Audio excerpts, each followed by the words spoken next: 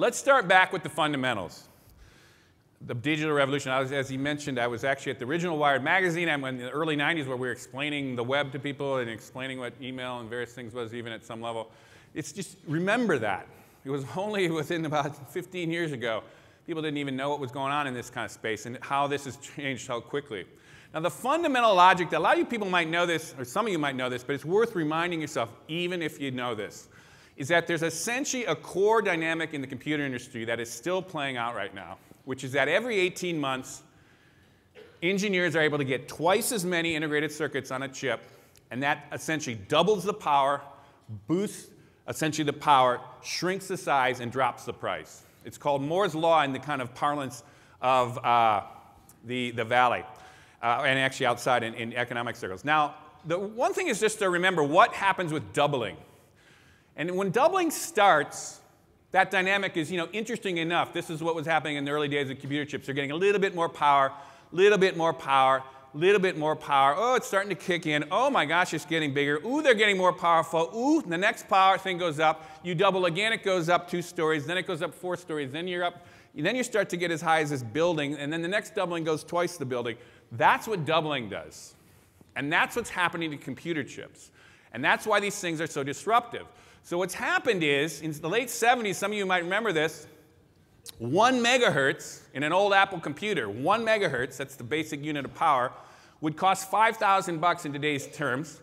A few years ago, basically a Dell, you could get 2 gigahertz, which is essentially 2,000 megahertz for $1,000, which means essentially in real person's language, computers are 10,000 times more powerful, or you could say 10,000 times cheaper than they were just 20 years ago, or a little bit over 20 years ago, 25 years ago.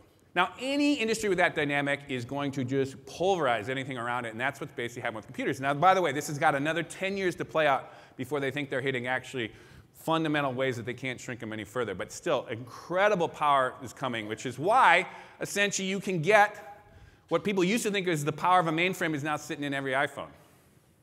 I mean, this is a huge thing, and it's getting in the hands of everybody around the planet. I'm going to talk to you about the numbers of dispersion of that later. The flip side is we know the internet's a big deal. But you got to understand the network effect, which is at the core of the internet. Which is the network effect is essentially taking that same doubling phenomena and applying it to connecting people up. So essentially, you get exponential growth happening as you start to connect people up through telecommunications networks or the internet. So for example, if one guy invites 2 people, and those 2 people invite 2 more people, and those people invite 2 more people, you're starting to get exponential growth going on here.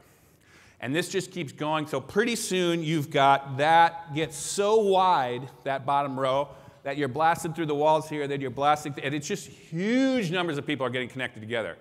This is why Facebook has 350 million people on it right now. We're going to show you those numbers in a minute here. But this is essentially the network effect that's going through. Now, what that means, essentially, is you get these powerful interconnections when that kind of growth goes. So for example, here's an example. When email started, we were 300,000 emails would be sent in the early days of, again, when most people here probably barely knew about email. Today, this is a logarithmic chart. This isn't even exactly today. But the last time I did this chart, 183 billion emails are sent every day. Now, a lot of that's spam. And you got to make sure. But the point is, there's only 6 billion people on the planet. So that's the kind of the network effect, a phenomenon of that. And a more practical phenomenon is this is why Google works. Because it's interconnecting all those nodes in a very super fast way. So you can ask any question in the world and boom, pops up. If you told someone 50 years ago that you could ask any question in the world and you get all the world's information in a second, they'd think that's magic. And it's, any 5-year-old in the country does it today. Again, very, very powerful things that are happening in the tech world.